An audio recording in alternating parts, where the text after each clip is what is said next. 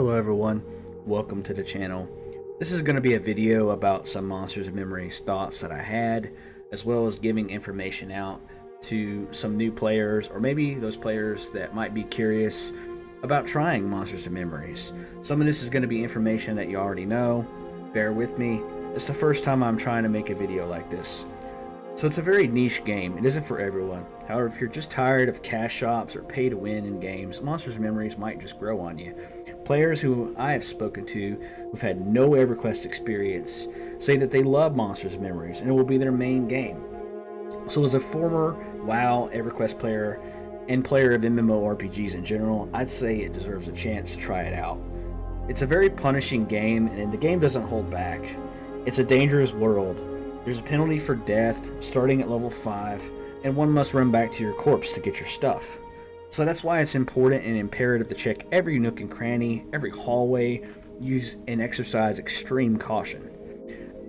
There are 18 different classes in the Monsters of Memories. You have the tank classes, which are the Fighter, Shadow Knight, Paladin, and Inquisitor.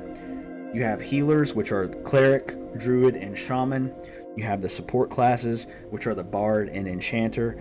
You have the melee DPS classes, which are the Beastmaster, Monk, Rogue, and Spellblade.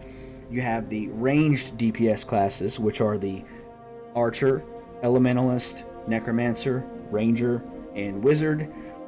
And you have classes that are capable of summoning a pet or gaining control over a temporary pet, such as the Elementalist, Necromancer, Beastmaster, Shaman with the Spirit Wolf, Enchanter. They have their regular pet with a sword and shield that's invisible, and they also have Charm.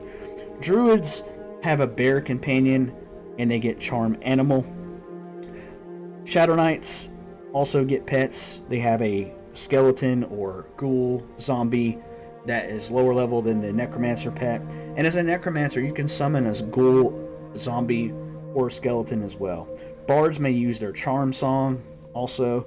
It really just depends on your playstyle. Coming from WoW, if you had a class that you asked me, what should I try? I'd say, if you play a hunter, try a Beastmaster out and see how you feel. They have Feign Death, they have a pet, they're all about taming the wild and animals, but it's more of a melee DPS class, up close and personal.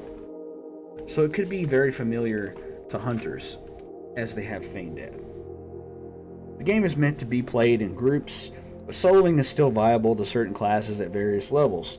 For example, the Shaman can solo, but it isn't very efficient until later on. Even then, the game is group focused, but you can still choose to play however you like. Soloing can be great for certain classes such as the Elementalist, the Necromancer, Beastmasters, Monks, Druids, Enchanters, and others. And really, it just kind of depends on your playstyle. Like I said, if you're more of a solo player, that's okay. There's nothing wrong with that. And so my final thoughts, at EA, this will be my main game. I'll main as a Shaman. Everything isn't set in stone. That's very important to remember. Everything is going to continue to change. It's still in development right now.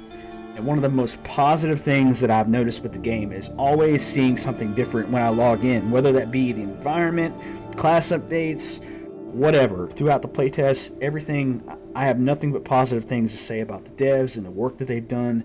The game already has a super passionate player base, and my hope is for the dev team to stick to their vision and not bend, as they've been doing. They've been sticking to that vision and sticking by it, standing by it. I hope they continue to do that. And I hope that they leave the porting up to the Wizards and Druids as well later on.